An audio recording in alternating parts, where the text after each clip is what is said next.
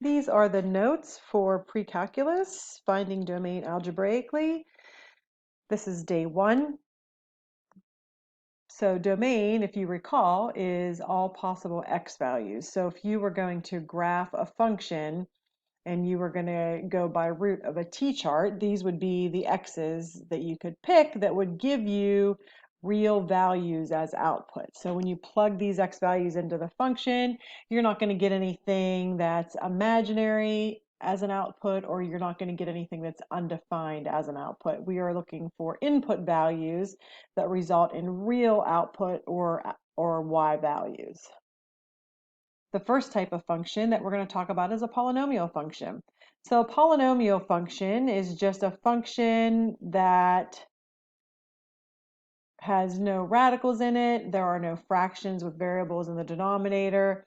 It's just there are power functions that we see. Like, for example, it would be something like a quadratic or a cubic function, or even a higher degree. Maybe we have 2x to the 5th plus 2x squared minus 7x plus 9. Something like that. That's a polynomial where we have many terms raised to different powers, but there are no fractions here that have variables and denominators, and there are no radicals here. So when we graph this, the graph is going to be just like a nice smooth curve with multiple bends or turns in it. There's no sharp edges or sharp points. It goes on forever and ever to negative infinity and positive infinity. In a case like this, whenever you see a polynomial, there is nothing for you to do. You don't have to figure anything out. You just have to recognize it and then state what the domain is. So the domain for this is going to be all real numbers, because no matter what I plug in for x, I will get a real output value. We are going to write our domain in interval notation all the time. So if I'm going to talk about all real numbers in interval notation, it's domain, capital D for domain, and a colon, and then it's going to go from negative infinity up to positive infinity. So for your polynomial functions, you should always get this one right. There's no work to be done at all. You just recognize it and state the domain. The domain is always all real numbers. So if you just remember, no fraction, no radical, no problem. The domain is going to be all real numbers. So if you don't see a fraction with a variable in the denominator, you don't see any radicals like a square root or a fourth root or anything like that, then there is nothing that you can't use as far as the domain goes. Talking about rational functions, now these functions are functions where you have a variable in the denominator. So anytime you have a variable in the denominator, there's a possibility that the denominator might turn into 0, depending on what x value you plug in there. So you might recall this topic from Algebra 2 when it was introduced as finding excluded values. So if you had a variable in the denominator, you would find the excluded values, or the numbers, the bad numbers, the numbers that make the denominator 0. So the domain for your rational functions is always all real numbers except for those that make the denominator 0. In order to find these values, all you're going to do is you're going to set your denominator equal to 0 and you're going to solve it. Our first example here is just the parent function, your parent rational function. And you could grab your calculator and you could graph this just to see what it looks like. If you did, you would see that it's kind of like, well, not kind of, this is what it looks like. These rational functions, they come in multiple pieces like that. So if I look at this original 1 over x, well, the number that would make my denominators 0 would just be 0. So x cannot equal 0, because if I plugged 0 into the denominator, I would end up with 1 over 0, which is undefined. You cannot divide by 0. So the domain is basically anything except for 0. And that's where, or that's why this function kind of looks this way when you graph it. So we have this thing running through here. So at x equals 0, it's called an asymptote. And it's like an invisible line that your function approaches from either side, but it never ever touches it. So this function is going to kind of come along through here. I wish I could point on this, but the function kind of comes around from negative infinity, and then as soon as it gets close to 0, where x is 0, it's just going to swoop along this axis here, and it's never ever going to touch that asymptote. And then it's going to pick up on the other side of that asymptote, and then it's going to go on forever this way. And the way we write our domain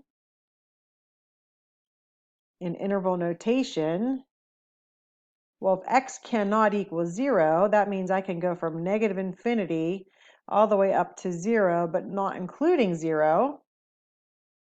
Put your union symbol, and then picks up on the other side of 0 and goes all the way to infinity. So remember, anytime you use these parentheses, that means that I'm not actually including the value. So I'm not actually including the 0. If you wanted to look at what that looks like on a number line, which this will come in handy later.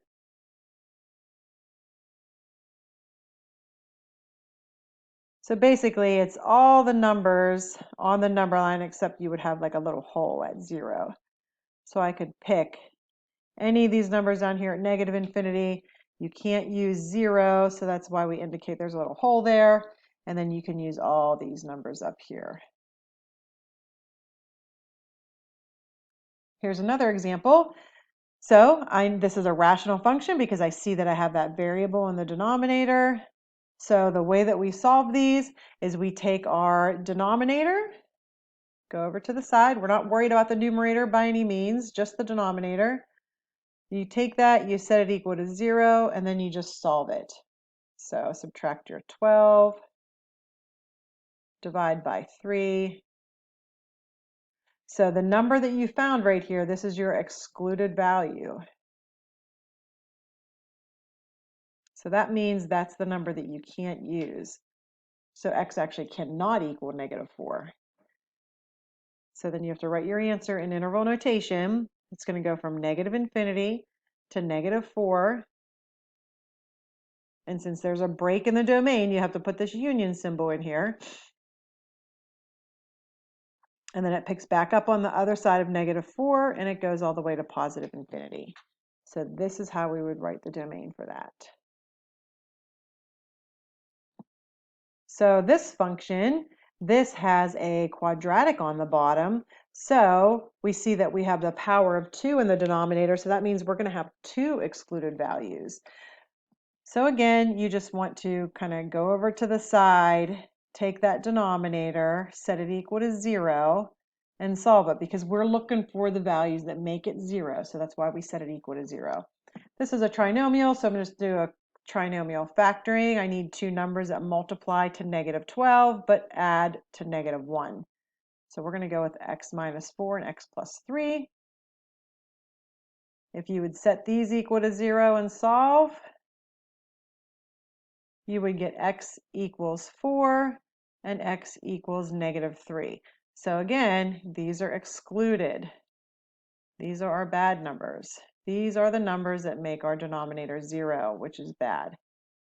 So it's actually the case that x cannot equal 4, x cannot equal -3. So if I look on a number line, sometimes looking at things on a number line will help you write the interval notation down.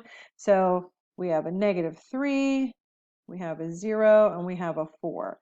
So we can use any number from negative infinity up to -3, but we can't use -3. So there's a little hole there.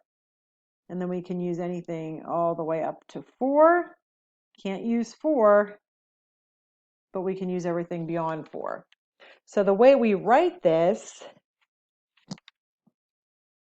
is we say the domain, oops, goes from negative infinity to negative 3, not including 3, negative 3 rather. So we have to put our union symbol.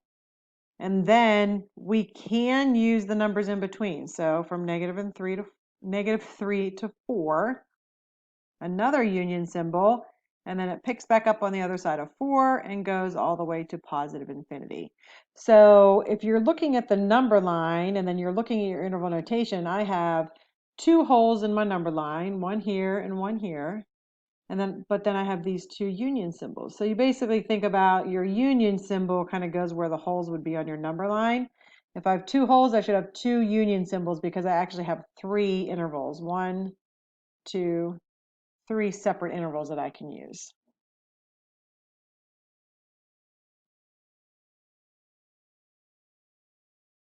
You guys try that on your own if you want to pause the video and try that. So here's our solution for this one. X cannot equal negative 2 or negative 3. And if you want to look at my work, you can go ahead and pause the video and see what my steps were in case you made a mistake. Whoops. Sorry about that. Okay, and then there's one more I wanted to show you because sometimes we have these special cases. So I have a power of 2 in the denominator here, so I definitely know that I'm going to have some excluded values possibly. So I'm going to take my x squared plus 100, set that equal to 0, and solve it. So I get x squared equals negative 100. But then when I go to take the square root to solve this, I end up getting x equals plus or minus 10i. So hopefully you recall when we talked about finding intercepts, if we found an imaginary number, that meant that the intercept did not exist. It doesn't really make any sense to say that the domain does not exist because there's always something you can use in your domain. So when we do this and we solve, we are looking for excluded values.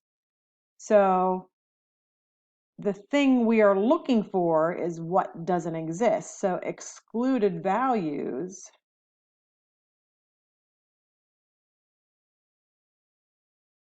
do not exist. So excluded values not existing means everything works.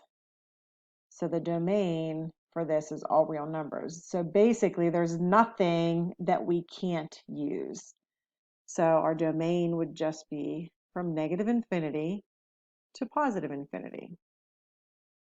And then if you go back and think about that, look at this denominator. No matter what you plug in here, you're going to square it. So that means it's going to go positive, and then you're going to add 100 to it. So this will never be 0. I'm not sure why my pen's writing like that. Sorry.